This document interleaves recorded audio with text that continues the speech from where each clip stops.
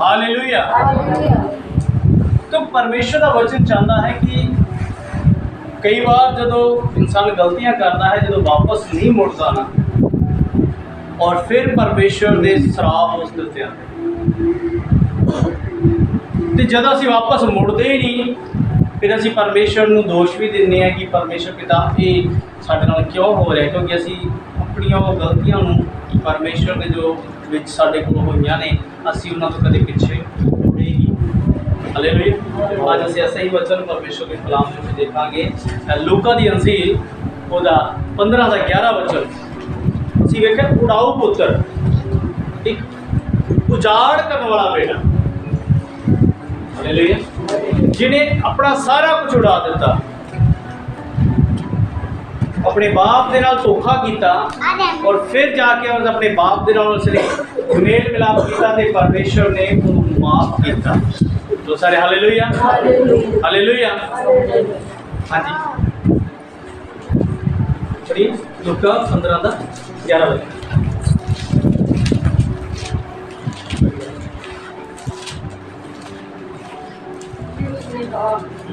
किसी मनुष्य के दो पुत्र थे, उनमें से छोटे ने पिता से कहा, हे पिता, प्रकृति में से जो भाग मेरा हो वह मुझे दे दीजिए। उसने उसको अपनी संपत्ति बांट दी। बहुत दिन न बीते थे कि छोटा पुत्र सब कुछ इकट्ठा करके दूर देश को चला गया और वह बुनकर में अपनी संपत्ति उड़ा दी। जब वह सब कुछ खर्च कर चुका तो उसने देश में बड़ा काल पड़ा और वह कंगाल हो गया। हालेलुया, हालेलुया, तो सारे हालेलुया। की लिखा है, किसे इंसान दे दो पुत्र सी और जो छोटा सी उसने अपने बाप को क्या मेरा हिस्सा मैनू दे दे। तो बाप ने उसका हिस्सा उन्हें दे दिता।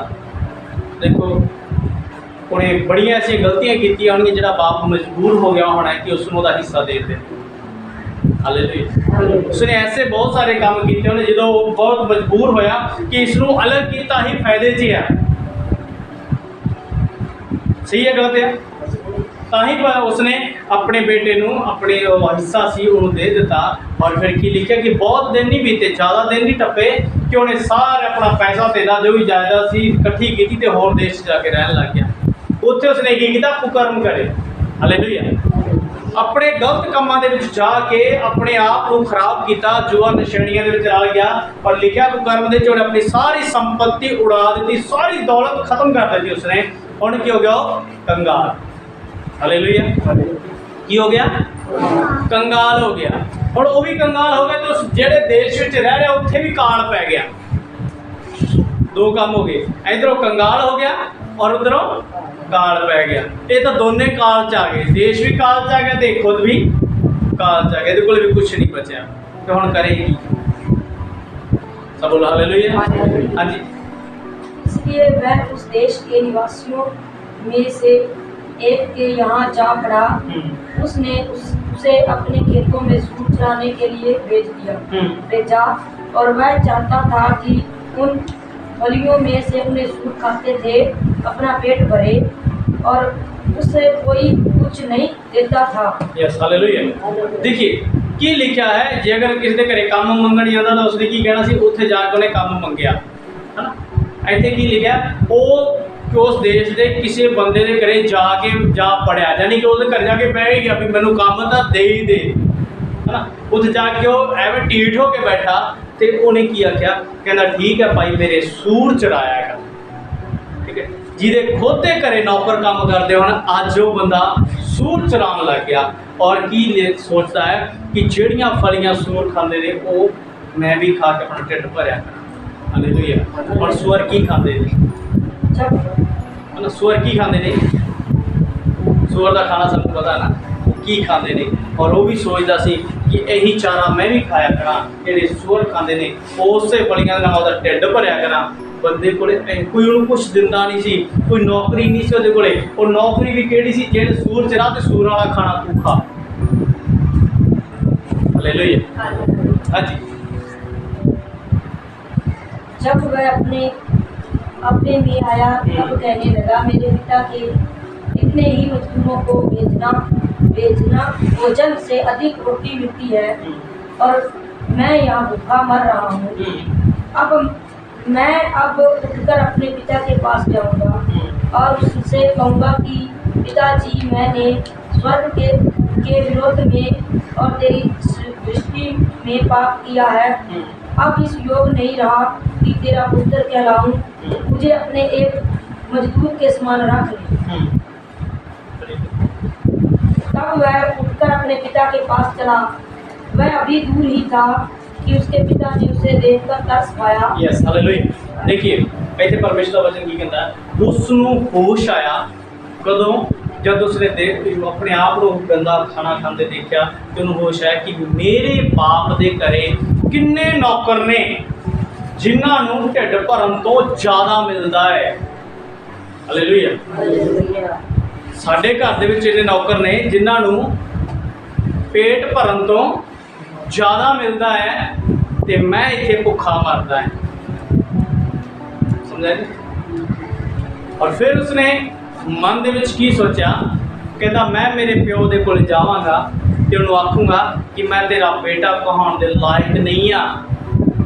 हालेलुया। मैनू अपने नौकरां दे विच रख ला, मैं तेरा बेटा कहलाउण दा लायक नहीं रहा, मैनू अपने नौकरां च रख ला क्योंकि मैं स्वर्ग के विरोध ते तेरे विरोध दोनों विरोध पाप कीता है। हालेलुया। इत्थे मन सोच रहा है ना, इत्थे अपने आप को पछता रहा है तो लिखा है उन्हें सूअर छड्डे और जो गया तो जो दूर ही सीगा तो बाप को तरस आया। हालेलुया। वो दूर ही सी वो बाप को क्या आया, तरस आया। तरस किन्ना आया, देख जब असी गुनाह करते और गुनाह करने तो बाद जो असी पिछे परमेश्वर को मुड़ के नहीं जाते ना, असी क्या अगे बढ़ते रहने हैं। हालेलुया। असी बढ़ते ही रहने, असी पिछे तो हटते ही नहीं, उस परमेश्वर के कोले जाते नहीं तो परमेश्वर साढ़े तरस खावे किहड़े हिसाब के नाल। हालेलुया। रात असी घर च बंदगी कर रहे थे, उत्थे एक चीज़ नोट करी, वो कह रहे कि साढ़े घर च पहला वाली दुष्ट आत्माएं आ गई ने, तो मैं गलती तुहाडियां ने। हालेलुया। गलती तुहाडियां ने, जंतरियां तुसीं विखाउंदे फिरदे हो कि बाइबल तो उत्ते है, जिहड़ी चीज़ तुसीं नहीं करना, किसी के अंदर भूत आ गया तो तुसीं उहदे नाल जाके बाबे सियाणियां दे तुसीं तुरे फिरदे हो ते परमेश्वर की दोष देंदे। हालेलुया। हालेलुया। तुसीं खुद अपने परमेश्वर को नीवा करदे हो ते परमेश्वर तो पीछे हटेगा, परमेश्वर का क्रोध भटकेगा। जो परमेश्वर का क्रोध भटकेगा उस टाइम तुसीं परमेश्वर दे मार खाओगे। हालेलुया। ते फिर परमेश्वर कई बार दुष्ट आत्मा खुद भी भेजता है। लिखा है दाऊद के सौरे उत्ते परमेश्वर ने खुद दुष्ट आत्मा भेजी थी।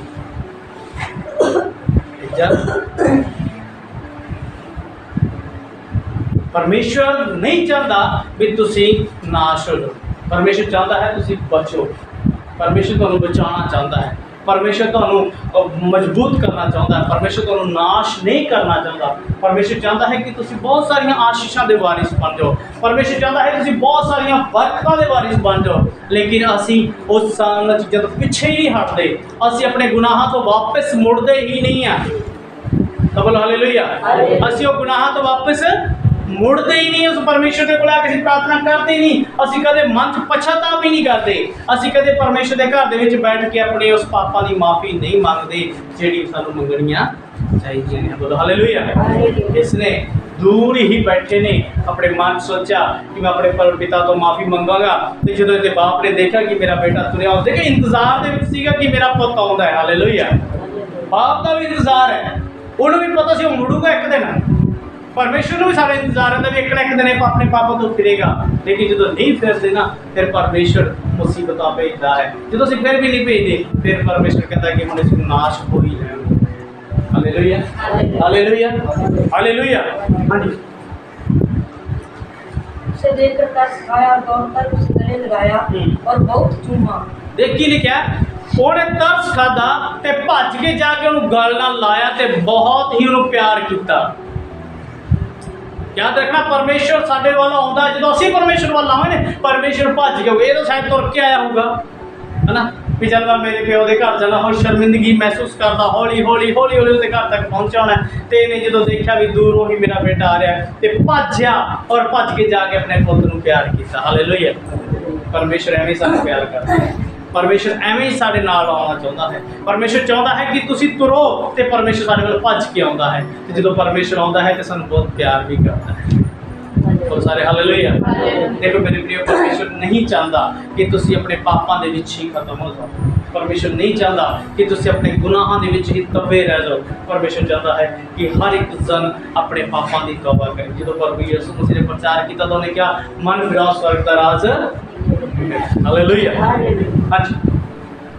पुत्र ने उससे कहा पिताजी, मैंने स्वर्ग के विरुद्ध में और तेरी दृष्टि में पाप किया है और अब इस योग नहीं रहा कि तेरा पुत्र कहलाऊं। पिता ने अपने दासों से कहा, झट अच्छे से अच्छा वस्त्र निकाल कर इसे पहनाओ और उसके हाथों में अंगूठियां और पाँवों में जूतियां पहनाओ और पाला हुआ बछड़ा लाकर मारो ताकि हम खाएं और आनंद मनाएं, क्योंकि मेरा यह पुत्र मर गया था फिर जी गया, हो गया था अब मिल गया। हालेलुया। की लिखा है, जब बेटे ने आख्या कि पिता मैं स्वर्ग के विरोध ते तेरे विरोध पाप किया है, मैनू माफ कर दे और मैनू अपने नौकरां दे विच तू नौकर रख ला। उसने नौकरां नूं आख्या दी कि आख्या कहदा जल्दी दे नाल नवे कपड़े लेके आओ। हालेलुया। जल्दी दे नाल नवे कपड़े लेके आओ और इहदे नवे जूते पवाओ, अंगूठी पवाओ और एक पालिया होया एक बछड़ा वध करो तो बनाओ, है ना, खुशी करिए। हालेलुया। हुण इहने कहा कि मैं खुशी करा, कहना आपां सारे खाइए ते खुशी करिए और आपां खा के खुशी करिए। और देखो मेरा बेटा मर गया सी, हुण जी उठा है, ये गवाच गया सी, हुण मैनू लभ गया है। हालेलुया। हालेलुया। मेरे प्रिय, परमेश्वर खुशी मनांदा है, परमेश्वर बहुत खुशी मनांदा है। लिखा है जब असी 8-9 पढ़ते हैं उस लिखा है कि एक बंदा जो एक पापी मन फिरांदा है स्वर्ग तो बहुत खुशी होती है। हालेलुया। एक पापी जो मन फिरांदा है उस स्वर्ग से बहुत खुशी और आनंद किया जाता है। ये आनंद की गल है जो असी वापस मुड़ते हैं अपने परमेश्वर के कोल, जो असी वापस अपने पिता के कोल आने हैं, जो वापस असी अपने प्रभु यीशु मसीह के कोल आने हैं, तो समझ लो मेरे बहुत खुशी होती है परमेश्वर की। पर अगर जो नहीं आते असी जो वापस नहीं मुड़ते असी नाश हो जाते। हालेलुया। असी उस टाइम बर्बाद होना शुरू हो जाते हैं जब असी अपने गुनाहों तो वापस मुड़ते ही नहीं। हालेलुया। हालेलुया। हालेलुया। एक बार मैं कई बार गल करता ना, परमेश्वर के मूहरे असी प्रार्थना करते हैं, प्रभु साडे पाप सब तो दूर कर दे ना, है ना, प्रार्थना प्रभु साडे पाप सब तो दूर कर दे। कई बार होता है जिंदगी दे विच साडा खास एक इंसान होता है जो सब तो दूर हो जाता है, फिर असी रोने हैं प्रभु जी ने क्यों दूर किया साडे तो, है ना, परमेश्वर ने क्यों पिछे हटिया। तो प्रभु का जवाब आता है, तू ही तो क्या सी मेरे पाप में दूर कर। हालेलुया। हालेलुया। तू ही तो क्या सी मेरे पाप में तो दूर कर दे। तो परमेश्वर को पता है किस इंसान की वजह से कदों से किस टाइम के उत्ते पाप आने, इसलिए परमेश्वर उन्होंने दूर करता है। मेरे प्रियो, जिन्ना तुसी परमेश्वर के नेड़े रहोगे परमेश्वर उन्ना तुहाडे नेड़े रहेगा। हालेलुया। हालेलुया। हां जी। जब उसका जेठा पुत्र खेत में था, जब वह आते हुए घर के निकट पहुंचा तो उसने गाने बजाने और नाचने का शब्द सुना। अंत उससे एक दास को बुलाकर पूछा, ये क्या हो रहा है? उसने उसे कहा, मेरा भाई आया है और तेरे पिता ने पाला हुआ बछड़ा कटवाया है, इसलिए उसे भला चंगा पाया है। यह सुनकर वह क्रोध से भरकर गया और भीतर जाना न चाहा, परंतु उसका पिता बाहर आकर उसे मनाने लगा। उसने पिता को उत्तर दिया, देख मैं इतने वर्ष से तेरी सेवा कर रहा हूँ और कभी भी तेरी आज्ञा नहीं टाली, तब तूने मुझे कभी एक बकरी का बच्चा भी न दिया। मैं अपने मित्रों के साथ आनंद करता, परंतु जब तेरा यह पुत्र जिससे तेरी सम्पत्ति वेश्याओं में उड़ा दी आया तो उसके लिए तुमने पाला हुआ बछड़ा कटवाया। उसने उसे कहा, पुत्र तू स्वर्दा मेरे साथ था और जो कुछ मेरा है वह सब तेरा है, परंतु अब आनंद करना और मगन होना चाहिए, क्योंकि वह तेरा भाई मर गया था, फिर जीत गया है, हो गया था, अब मिल गया। Hallelujah hallelujah. प्रभु ਦਾ ਵਚਨ ਕੀ ਲਿਖਿਆ ਹੈ ਕਿ ਉਸਦੇ ਬੇਟੇ ਨੂੰ ਜੋ ਵੱਡਾ ਸੀ ਉਹ ਘਰ ਵਿੱਚ ਆਇਆ, ਉਹਨੇ ਦੇਖਿਆ ਨਾ ਬੜਾ ਮੇਰੇ ਘਰ ਦੇ ਸੰਗੀਤ ਚੱਲੀ ਜਾਂਦਾ ਨਾ, ਗਾਣੇ ਚੱਲੀ ਜਾਂਦੇ ਨੇ, ਅੱਜਕੱਲ ਹੈ ਨਾ ਡੀਜੇ ਹੈ ਨਾ, ਕੁਛ ਤੇ ਕਰੇ ਡੀਜੇ ਲੱਗੇ ਹੁੰਦੇ ਤੇ ਗਾਣੇ ਵਜਾਉਣ ਵਾਲੇ ਚੱਲੀ ਜਾਂਦੇ ਤੇ ਨੱਚੀ ਗਾਈ ਜਾਂਦੇ। ਅੱਜ ਮੇਰੇ ਘਰ ਐਸਾ ਕੀ ਪ੍ਰੋਗਰਾਮ ਆ ਗਿਆ, ਉਸਨੇ ਕਿਸੇ ਨੂੰ ਬੁਲਾ ਕੇ ਪੁੱਛਿਆ ਮੇਰੇ ਘਰ ਵਿੱਚ ਕੀ ਪ੍ਰੋਗਰਾਮ ਹੈ, ਉਸਨੇ ਕਿਹਾ ਤੇਰਾ ਭਰਾ ਜੋ ਛੋਟਾ ਹੈ ਜੋ ਜਾਵੜਿਆ ਸੀ ਵਾਪਸ ਆਇਆ ਹੈ ਤੇ ਹੁਣ ਦੇਖ ਕਿ ਉਹਦੇ ਲਈ ਤੇਰੇ ਬਾਪ ਨੇ ਇੱਕ ਬੱਚਾ ਕਟਵਾਇਆ ਹੈ ਔਰ ਉਹ ਕਟਵਾਉਣ ਦੇ ਨਾਲ ਲੋਕ ਖੁਸ਼ੀ ਕਰਦੇ ਨੇ। ਉਸਨੂੰ ਗੁੱਸਾ ਆ ਕੇ ਤੇ ਉਹ ਰੁਕ ਗਿਆ। ਉਹ ਕਹਿੰਦਾ ਕਿ ਜਦੋਂ ਮੇਰੇ ਲਈ ਤਾਂ ਮੇਰੇ ਬਾਪ ਨੇ ਕੁਝ ਨਹੀਂ ਕੀਤਾ, ਅੱਜ ਉਹਦੇ ਲਈ ਨਾ ਕਰ ਰਿਹਾ। Hallelujah hallelujah hallelujah. ਭਰਾ ਦੇ ਉੱਤੇ ਗੁੱਸਾ ਕਰ ਸਕਦਾ ਹੈ, ਪਰੰਤੂ ਬਾਪ ਆਪਣੇ ਬੱਚਾ ਤੇ ਗੁੱਸਾ नहीं कर सकता। हालेलुया। उन्होंने प्यार करता, उसने कहा देख तेरा भरा मरिया से आज जिंदा है, मेरे बेटे तो जिंदा होकर वापस आया है, खुशी कर, आनंद कर। हालेलुया।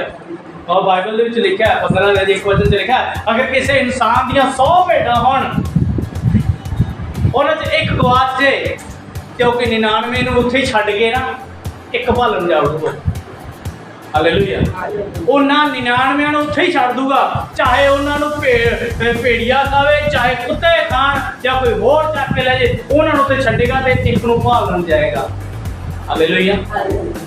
ਜਦੋਂ ਲੱਭ ਜੇਗੀ ਤੇ ਬੜੀ ਖੁਸ਼ੀ ਕਰੇਗਾ ਕਿ ਮੇਰੀ ਭੇਡ, ਫਿਰ ਆ ਕੇ ਉਹ ਭੇਡਾਂ ਦੀਆਂ ਗੱਲਾਂ ਕਰਦਾ, ਆਪਣੇ ਪੜੋਸੀਆਂ ਨੂੰ, ਆਪਣੇ ਘਰ ਦੇ ਵਿੱਚ ਵੀ ਗੱਲ ਕਰਦਾ ਤੇ ਆਪਣੇ ਲੋਕ ਕੀ ਕਹਿੰਦੇ ਨੇ, ਯਾਰ ਇਹਨੂੰ ਸਾਰਾ ਦਿਨ ਭੇਡਾਂ ਦੀਆਂ ਗੱਲਾਂ ਰਹਿੰਦੀਆਂ ਨੇ। ਪਰ ਉਹਦਾ ਦਿਮਾਗ, ਉਹਦੀ ਟੈਨਸ਼ਨ, ਉਹਦੀ ਪਰੇਸ਼ਾਨੀ, ਉਹਦੇ ਦਿਲੋਂ ਦਿਮਾਗ ਸਿਰਫ ਉਹੀ ਚੀਜ਼ਾਂ ਜੱਜੀਆਂ ਨੇ, ਉਹਨੇ ਉਹੀ ਕਰਨੀਆਂ ਨੇ। ਹਾਲੇਲੂਇਆ।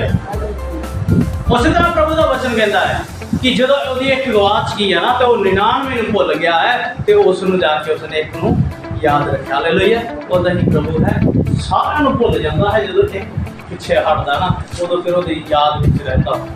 ਹਾਲੇਲੂਇਆ।